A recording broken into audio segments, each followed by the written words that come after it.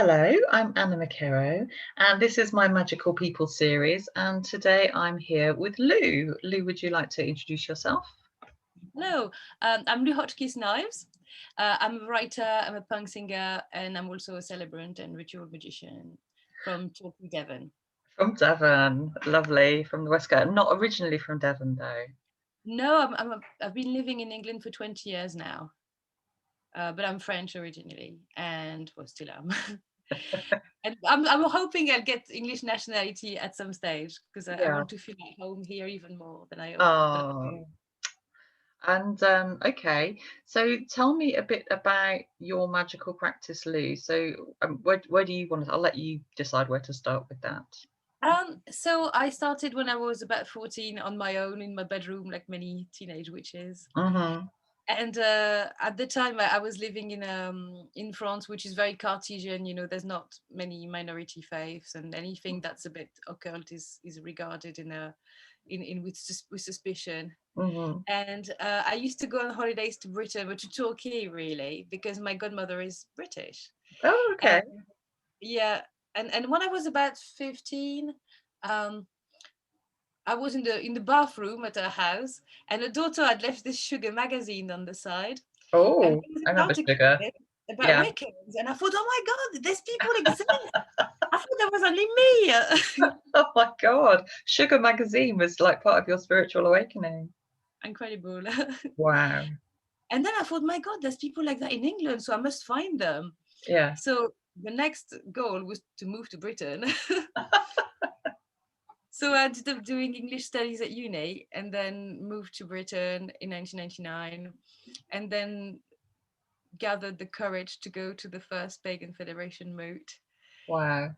And then I found this lady who is now deceased, unfortunately, but she was my teacher for many years, Betty White. She was brilliant. Hmm. And she was a ritual magician, not just a, you know, average pagan. So she taught me a lot. And then I ended up teaching the rest of the students after that. Amazing. And so where would you what would you describe where you are now? What do you do now? So I'm kind of like an eclectic pagan, I suppose. But what did I put in my notes to make sure it's so? Yeah, so I've got my nature paganism, which is quite important to me because I live in a village in South Devon, and there's only 62 inhabitants and 3 roads, and it's quite Oh. good. So I do a lot of nature paganism. Then I'm a Babalon devotee, so I work with ritual magic, thelema, but also I try to include Babylon in a form of witchcraft, which is kind of my own. Hmm. And what I want to do really is see if, well, participate in this revival of Babylon as a goddess that's um, worked on by women for women in a woman-centric way. So Hmm. that's kind of where I'm at the moment. I also, what else do I do? I'm a tarot card reader as Hmm. well. And what did I put? I study the Eastern traditions as well. I use a lot of Buddhist techniques in my meditation. Um, Also in to work with compassion and with mindfulness.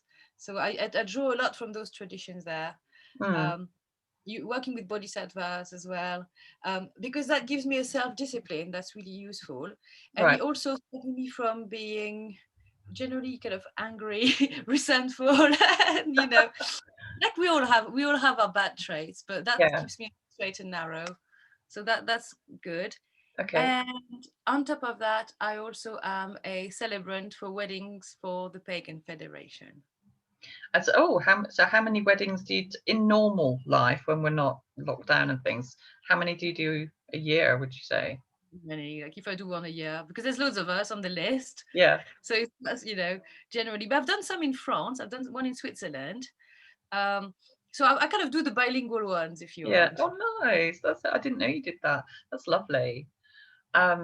I don't know what to ask you about first. And also, I think it's important to say that you did say at the beginning, you are a singer and you have your own punk band or riot girl punk band That's it, yeah. called Husbands and Knives. That's And I'm a it. huge fan. And so could you talk a little bit about that? Because actually that's very integrated into your belief system. Yes. So obviously I've always opened to my best friend who's the guitarist about my spiritual practice, and she's developed her own as the years went by, although she's more into Santa Muerte and things like that. Yeah, But we've done Babylon work together, but I think she's found her own niche now. And we write magically, so we've done various spells to get a new drummer, worked on sigil magic. yeah. um, we've done Goisha as well to get the right demons to give us a little bit of help when we needed a inspiration. um, and generally, because we work with Babylon, we've had experiences when and this is really weird, when she'd hear the song in a dream, I'd write the lyrics and the tune separately, and Yeah, we'd meet and she'd say, oh, I've heard this song in a dream, it's amazing. And I said, oh, and I've got these lyrics, and it fitted completely perfectly. yeah, It is very weird. It becomes really psychic after a while, because she'd start writing a song and it would fit exactly when I was writing at the same time. yeah. Um, we Wow. had we had studio experiences as well when things wouldn't record, and the soundman was freaking and was saying, "My gosh, what's going on in here? What are you doing?" Because I had an altar in the studio. Yeah, So yes, and I think we're using Babylon as a muse, really, um, for our band, and yeah, a tutelary goddess. I would say we write a lot about, kind of women's emotions and women's difficulties. Um, we've got some occult songs, but I wouldn't say that's not the main thing. As much as I'd love to be a pagan band, a pagan punk band, yeah, um, I don't think it's going down that road so much. I think the paganism is part of the practice, but not so much part of the lyrics fully. But maybe one day, it would yeah. change. It would become that. Yeah, you can do a pagan themed album at some point.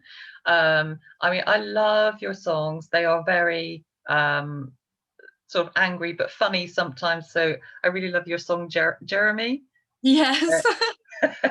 Which is that based that's based on someone you went to school with who was a bit of a um, naughty boy.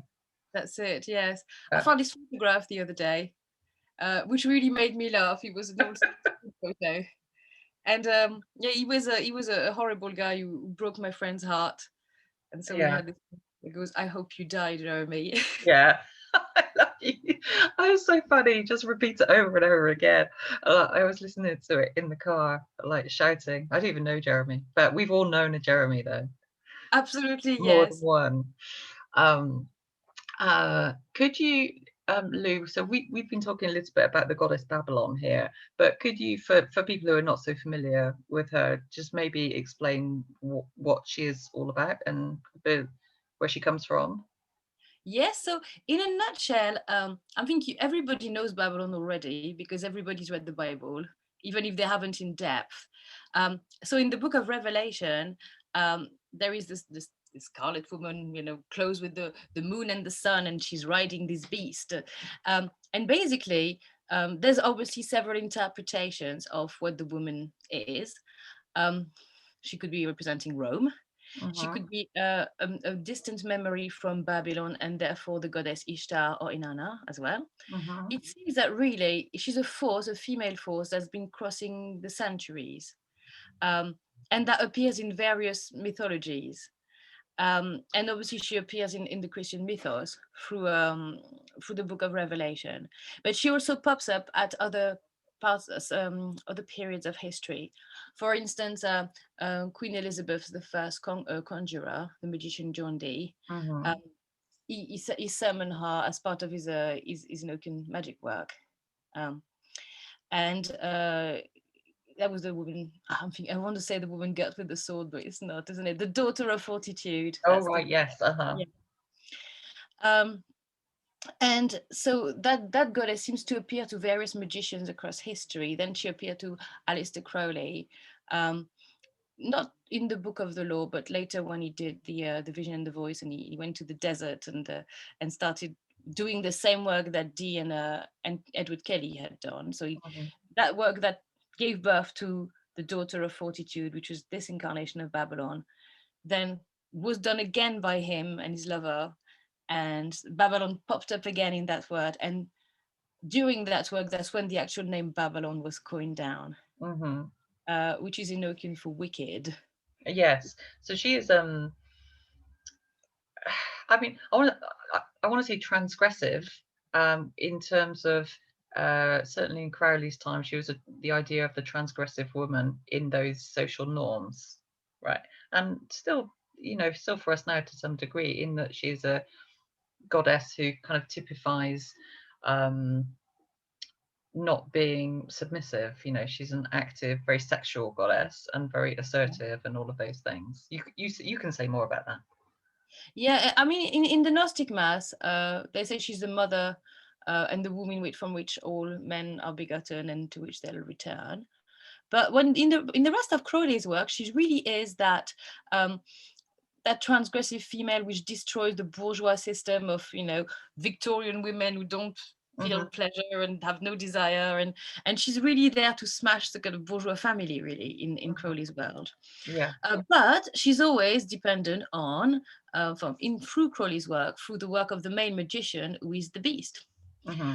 um, and in Crowley's life, the Scarlet Women, who were his own personal incarnations of Babylon, were Yeah. always dependent on him. He was the main Mm. focus of the work, and they came and went. And when he dumped one, she stopped being Scarlet Woman, and then Mm. another one replaced her. And gradually, as history moved on and other people started working with Babylon, she became really a own force, and something that's less and less dependent on the male energy of the magician. So she really represents the woman who destroys and creates. Yes, she's a mother, but she's the mother that devours her children. Mhm. She's also a goddess of apocalyptic times. So she doesn't really take any prisoners. She's Mm. not a little Care Bear, I love you goddess, not at all. Mm. She's the end of the world, which in a way is fascinating, Mhm. scary, but brilliant, because that's what there is that aspect in womanhood. We're Mhm. not just there to give birth to baby and nurture. We Mhm. also are this dark side of nature, and Mhm. she really embodies that. Yeah. Definitely. Yeah, and it's so we've had many conversations about Babylon, and that's how I discovered you, because I read a book of essays that you'd contributed to. Um, oh, what's that book called? The Howling of. It's a Women of Babylon, the howling of women's voices. That's it, which I recommend people to read. Publishing. And Lou's essay was amazing, partly because you wrote about being a musician and your relationship to Babylon, and I read it and thought, wow, I love all of those things. And I was kind of thinking about it at the same time, and so got in touch with you. Um, okay, I've now distracted myself with that, and I forgot where I was going. You're But talking about Babylon and the influence on my magical practice. yes, indeed. So, okay. I mean, is there any, I mean, what does your magical practice look like on a daily basis? Maybe at the moment it's different because of lockdown and things. Yeah, it's kind of nice at the moment because instead of getting up at 6 a.m., I could get up a bit later Yeah. and I still got more time to do things. And I find that I normally, when we're not in lockdown and I go to school, the first thing I do, because I'm a teacher by day, Hmm. is I go to my office, give a little blessing, and I sit there and have a meditation on what I'm going to do today, and remind myself that I want to treat my students with compassion, with kindness, that I'm there to guide them, that I've got to be kind to my colleagues, do the work well, do it with full mindfulness. And I do a bit of chanting, and that kind of keeps me going. So I can, land and be ready. Here, I just get up, I do a bit of, zazen or something, just get to empty my mind. Or I go a lot out at the moment because I live in a big estate, and there's Hmm. woodland and there's a beach, so I can go there all the time. Walk Ooh, along the coastal path. It's yeah. really good, Oh, and I'm really really in my jealous. head, like listen to my footsteps, listen to the birds, kind of catch that really fleeting feeling of witchcraft. I don't know if people will know what I'm talking about, but Mm. sometimes you get that it's like an exciting feeling, and there's magic there, and there's something, and you just enjoy that. Start use that to read the subtle signs of nature, and Mm. see where it takes you. Yeah, I was talking to somebody else that I've interviewed a little while ago, and she was talking about she was getting up earlier because she was actually going into work to a supermarket, but part of her like really essential daily practice was getting up. She would get up at like 4. The moon's still up when she goes out. It's really quiet. She has that lovely, really magical time actually connecting with the moon on her way to work, and just that, the ways that we're connecting with nature. And we were talking about the ways that sort of people who don't normally do that sort of thing are doing that sort of thing more. Yeah, absolutely. That's one of the nice things about this time. Um, okay, so another thing I wanted to ask you, Lou, what do you have any maxims for living life? Yes. So I don't know if you've watched the series Strange Angel. Oh, I haven't. I keep meaning to. I need to find where it is on the internet. Also, Yeah, I can't remember which channel it is now. hmm. But so that's Ridley Scott did this series, and it's about the life of Jack Parsons, who was one of the main 20th century magicians who built on the Babylon mythos, and who kind of let her loose in the world by doing these Hmm. crazy invocations in the Mojave Desert in 1946. And so the series covers his life. And in this series, it's really funny because his motto is my motto, which is "Spera spera ad astra," from the through the thorny path to the stars. Oh, okay. Wow. And obviously, because he was working for NASA. He was working developing like fuels for rocket ships. Um, through hardships to the stars would be obviously obvious to him. Mm, But I don't know where I picked that when I was a teenager. I don't know where I picked it up. But it's really, I think it really ex- well, moves on well with my life. I think the spiritual path is one of ordeals. There's always something that's a catastrophe, and you think, oh my god, it's really messing up with my head, and um, and your job really is to unravel all these crazy things that come onto your path. yeah. Uh, Find the answer so you really know yourself. Mm-hmm. Um, so you really know what's out there, and you start really understanding what how the mind works, how you function, how that helps you relate to other people. Mm-hmm. Um, and those ordeals, those really difficult moments in times, are the best thing that can happen to all of us, really. Mm-hmm. It's in every mythology, the hero goes through hell to retrieve his beloved, or to meet such and such person for guidance. And every time it's difficult, and there's all kind of things happening, but every time they go through one hurdle, they learn something. I mean, you think of Odysseus is a prime example, isn't he? Really. Um, Mm-hmm. and it's through these journeys that we make up the rich tapestry of our lives, and it's brilliant. So yeah, bring on the deals. That's such a nice way to look at it. Because yeah, and a very mature way to look at life as well, isn't it? Like, but I think, do you think that's a peculiarly kind of magical worldview, perhaps, as well? Because a lot of, depending on what you do, but say for instance, if you're particularly into Kabbalistic and more ceremonial work and things, there's a lot in that about overcoming difficulties and challenges and things. And whether, I don't think it's unique to people like that, but kind of an interesting idea. No, I mean, you find that in Buddhism as well. If you go to any Buddhist website, or they'll say, "Oh, here's a course on how to deal with the difficulties of life and this and Mhm, this." And it's in Buddhism, it's really very, it's got a Babylon approach in a really twisted way, because the Babylon approach to crossing the abyss, which is one of the stages of magical mhm, development, is to be as receptive as you can. Take all the experience that happened to you. Don't resist anything. Really, like they say, pour your blood into the cup. Give everything you are. Be completely like this female principle that's really open. Say yes to the difficulties, and then it will power you through. mm, And it's the same in Buddhism, I suppose. You have to say yes to the pain. You have to say yes to to suffering, because that's part of the world.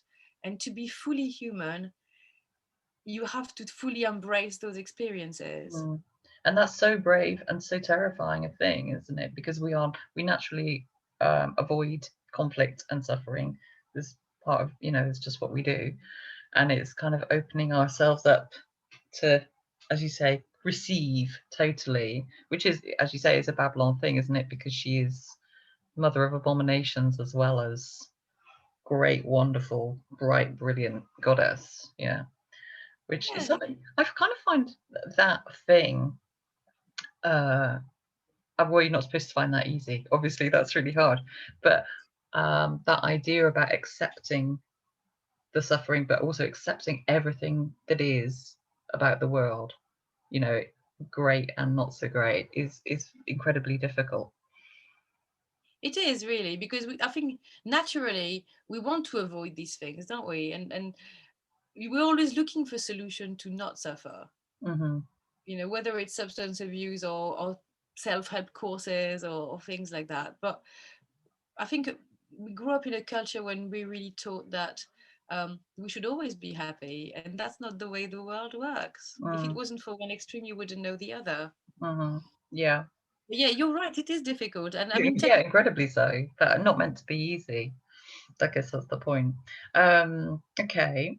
I've asked you a little bit about your normal life. I say that in inverted. I've realised, by the way, doing these interviews, I do this a lot, and it's just I do as really, well. That's it's okay. just really annoying. I'm annoyed myself. Um, but so, but how do you find? Do you find that you kind of, you talked a little about, you tend to start your work day with like a meditation, maybe some chanting, things like that. But do you find that magic and witchcraft and Babylon, is that something that stays in the box, or is that just sewn through everything in life? Well, ideally, we should make every day a meditation. Everything we do should be a meditation. Yeah. So Mm, we shouldn't be watching a movie when we're eating. We should be just eating, because then we're fully in the moment. But none of us do that, no, obviously. you'd be But the idea would be try to do it as much as you can. I mean, obviously, as I'm as rubbish at that as anyone else, really. But I kind of try to remind myself to do that when I'm walking, not to get myself lost in thoughts. Just think about the walking, and mm, obviously, inevitably, I will start thinking of something else. But always try to bring that back. mm, Uh, and then, obviously, the word kind of got out that I was a pagan in the school I work at. And I had some year nine girls, bless their little hearts, who said, Miss, like, we're witches as well, and I thought this mm, is really cool. And some of them have got moms who are into, tarot and witchcraft. And mhm. so I had a little gaggle of fans. That was really sweet. And they started saying, Miss, can you read our tarot? And I'm like, no, I don't want to do that. I'd like to teach you to read your own, yeah, but I'm not going to have a way to manipulate you. It wouldn't be right, you know what I mean? It would be so, that would be the open door to doing unethical things. Mm. So they said, oh, can you ask the head, can we have a tarot club? And I thought, well, I don't think he'd say yes, but I'll go there. And I said to him, look, the young nine girls want me to do a tarot club. And he said, look, I don't doubt for a minute that you're sincere about your seeking. And I'd prepared a whole speech about, this is what the Pagan Federation says, and this is what Yeah. we should do. So, Uh-huh. and he said, no, because if you do this, you're going to end up on the front page of the Daily Mail before you know it. You'll be the whackpot teacher, and your name will be dragged in the mud for the next 100 years. And I thought, oh, yeah, actually, Yeah. you're right. How did I not think of that? It's great. Well, because it was a lovely idea. Yeah, yeah, but that makes sense. Yeah, yeah. It's sad that it's still like this, really. It is sad. I know. I remember being, this is not to do with school, but the first time I saw a set of tarot cards was, my uncle actually had some, and we were staying, my mum and me were staying at, I think I was about 8, and he had them in a box. I can't remember what tarot they are, annoyingly. 'Cause that would have been good to know. Anyway, he opened the box very ceremoniously and he went, "No, you must never touch these. These are like, only for grown-ups." And my mum was a bit like, "Oh, okay, whatever." Um, and yeah, but I don't think he even used them. I don't know why he had them, for just for fun. But he was really like, oh, they're tantamount to evil, that sort of thing. And I mean, tarot is really demystified nowadays, like to a huge degree, isn't it? Absolutely. But yeah, even so, I can see that it's maybe not a thing that many schools would let you do. I But think it's easy for some parents to say, "Oh, this woman is manipulating our children by telling them their future," and it's true. You don't want. I don't know if as a tarot reader yourself, you've noticed with some customers you can have, some people just want to hear what they want to hear, and Mm, they always become dependent on you because they want you to tell them whether a husband is going to come back or this. mm, And it's not healthy. And sometimes you have to say to people, I don't like this. You shouldn't be, you need to face the facts. You can't, I don't mm, have the answers for everything in your life. I can give you pointers, mm, but I'm not the Oracle of Delphi, you know. mhm. And Yeah. it is tough, you know. It's funny, it's like the curse of Cassandra, I suppose. It's there's some truth in that. Yeah, I think so. Yeah. To tell the truth and to not be believed was her curse, wasn't it? Yeah. Um, Or to see things which yeah. are bad, for instance. Yeah. Or, yeah. I think that's the curse of that type of work, isn't it? Mostly it's joyful and interesting. And I have to say, of the people that I read for, I think I'm very lucky in that people kind of, I don't tend to have that too much. But I know people who probably read more than me professionally, and yeah, that happens sometimes, and it's really frustrating and it's quite toxic sometimes. I think can be. It can be. And it's, I think we have a responsibility to say to people, look, don't be, I can feel there's a dependency here and it's Mhm. not good. Yeah, easy to do. My friend has started working for an app called Sanctuary, and I was just reading about it. It's like a huge new app in it's an American thing, and they've launched it fairly recently. She's really enjoying working for them because it's good. But it's basically an app where you can get your daily horoscope and stuff, but you can actually connect to live astrologers and tarot readers anytime Yeah. as well, and you can have readings done in, I think it's all done by text. And sorry, that's just in my mind because she told me she was doing it the other day. And it's the first app apparently where you can get that kind of live interaction, which is great. But I can imagine also people will be on that. You could be on that all day. Like, shall I go to this meeting? You know, shall I text this guy back? I don't know. Um, And you know, oh, it's weird with stuff like that as well, because some people would spend so much money on that. mm-hmm. You know, Yeah, it's again, not because cheap. they needed some hope in their lives. And Yeah. it's weird. I don't know how, you know, because I get people to pay me in stuff like wine and jewelry and food. A delightful wine and jewellery for all things. And Yeah. I feel like if I do it for charity, then I'll take money donation. That's fine. But generally, with people, I people have said to me, "You're naive and you're silly to do that." But um, there seems to be a tendency that people think if you pay 60 quid for a reading, then it's going to be better than if you pay for someone else with other means. I don't know if it's the punk in me, you know, but I kind Maybe of, it is. yeah, I think so. Yeah. Um, but I kind of like people to come with a basket of food, and it's like yes, and then we Well, start. that's nice too. Yeah. I don't know. Yeah, I'm exactly. quite happy with the cash personally, but I that's, mean, that that's could be me. two ways yeah, there's no right or wrong way. Yeah, there's no There's right. never no, as long as there's an exchange. That's what I was taught about things like that. Like, and with healing as well, it doesn't matter as long as you are happy and there is an exchange. Like, exactly, you do me a favor, I'll do you a favor, whatever. Exactly. That's Yeah. fine. Okay. So is there a book or a resource or anything that you would particularly recommend to viewers? Something that you really love? Yes, I brought a few things so you can have a Okay. look. So this is the Woman Magician, and Oh, it's absolutely brilliant. And you'd love this. What's her name? Brandy Williams. that's one of my favorite paintings on the front. Oh, is Walking it? out. Yeah. That's it, isn't it? So, Cersei Um, offering the cup to Ulysses. That's it.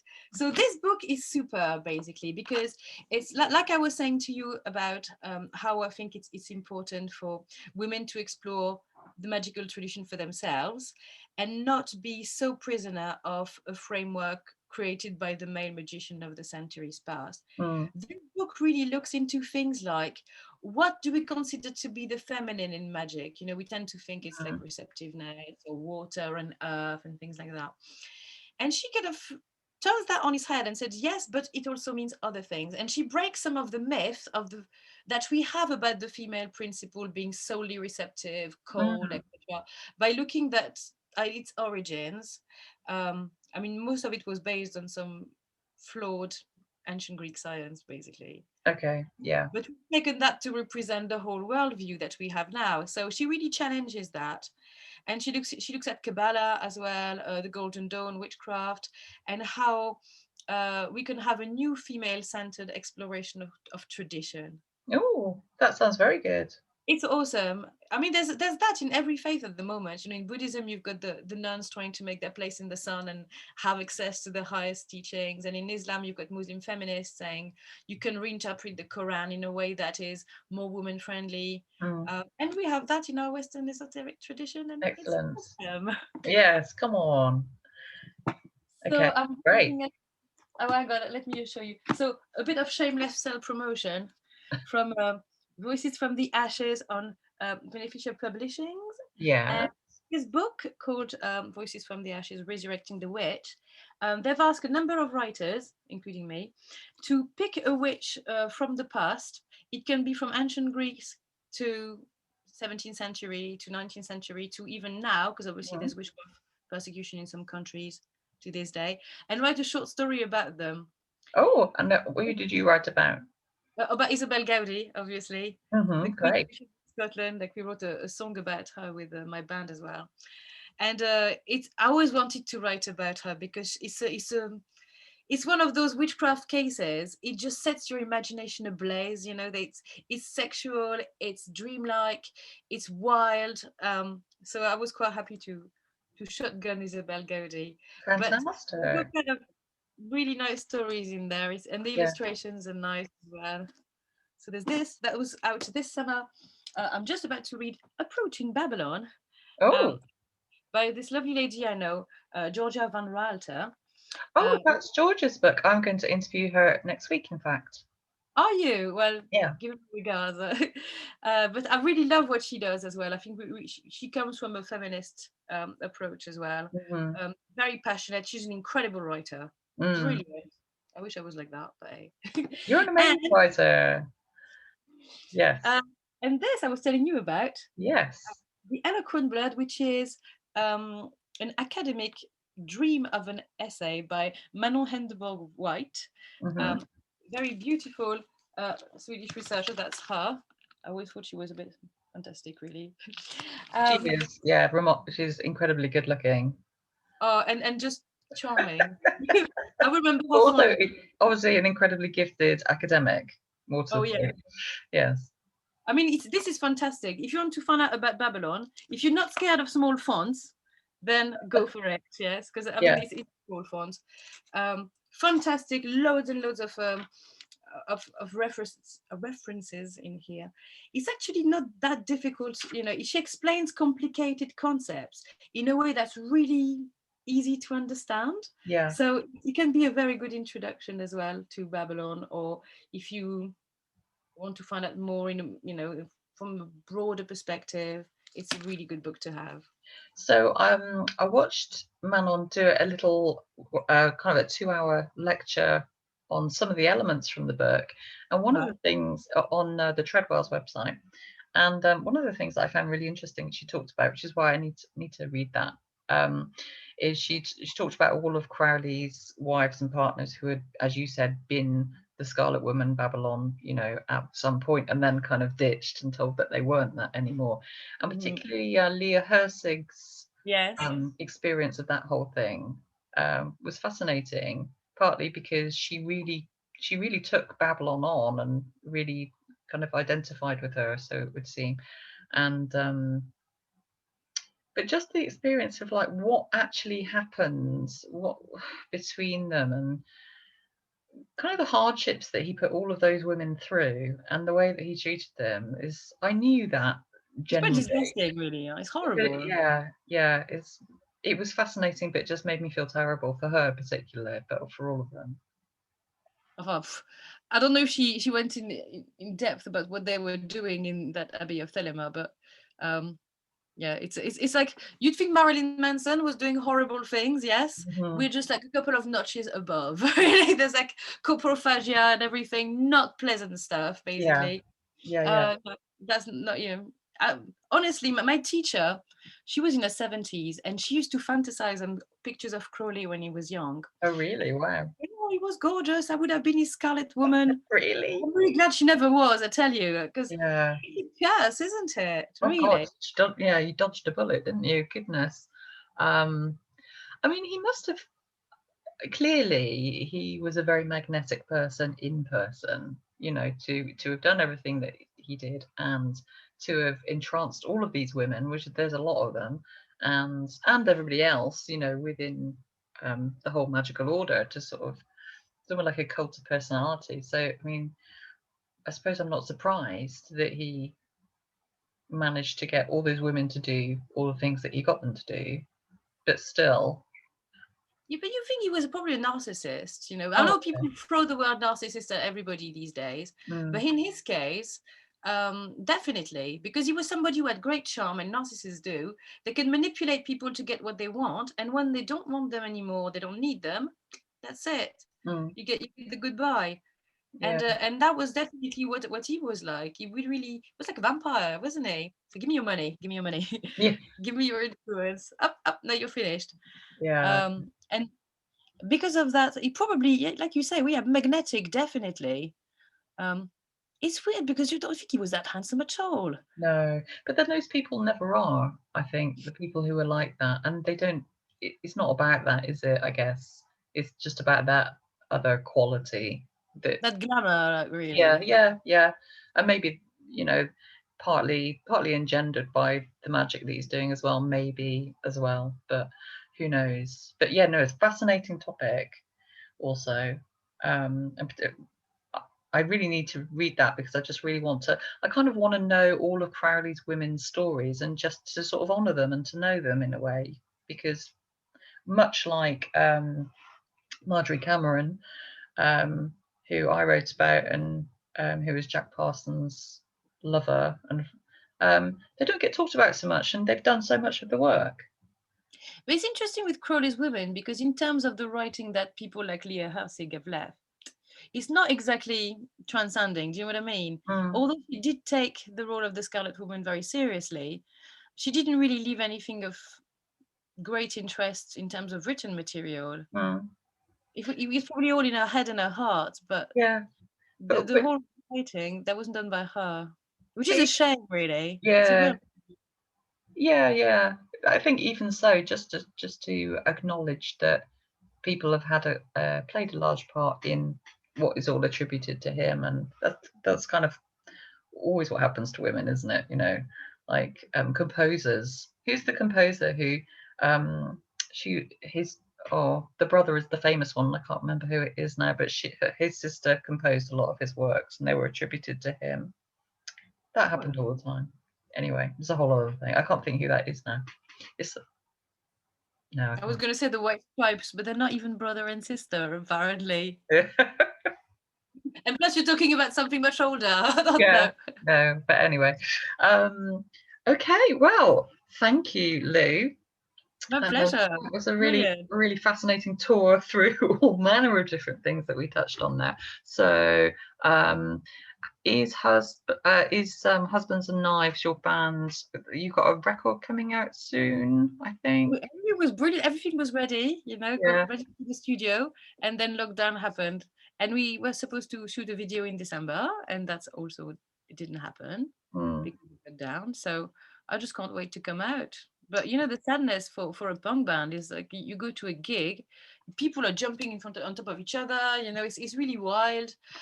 You end up beer drenched and crawling out, and you're thinking, my God, what is it going to be like when we start gigging again and people have to be sitting down? yeah. Oh my, That's wrong. That's just wrong. just standing still. Did you see the gig? I can't think who it was, but everyone was in those literal bubbles. Yes.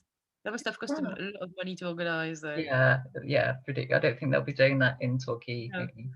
that's But enough. yeah, I know, but it's a real thing, isn't it? And how the venue is going to survive, that's another thing. No, I mean, so many of them haven't already. I think, Yeah. you know, It's terrifying. Are we discarded going to from have the to, clubs and things. Yeah, do we have to go and hire, rugby clubs and start like back in the 70s and, do small venues funded by ourselves and go back yeah, DIY? yeah. Maybe that's the way forward. I don't know. And just say quickly the names of the albums that you have out at the moment. So we have a raised on synthetic bitch milk. That's the first one. Yeah, That's very like early 90s riot girl sound. yeah. Then we've got Virosa Ebriosa. It means mad on men and booze. Uh, I did not know and that. yeah, it's from Apuleius, the golden ass. And then the new one, I think, is going to be called From Wags to Witches. Oh, nice. Very good. And I know I found the 2 first albums on iTunes, and I don't know if they're elsewhere. So we're on SoundCloud. If Mhm. you go through Husbands and Knives on Okay. Cloud, I can't speak tonight. And there's all kind of funny little merch. We've got badges and we've got t-shirts, and so Amazing. I should have worn my T-shirt actually. I've got, oh, that was bad of me. Um, okay, great. Thank you so much, Lou. It's been so nice talking to thank you. you. It's a pleasure. It's always a Oh, pleasure.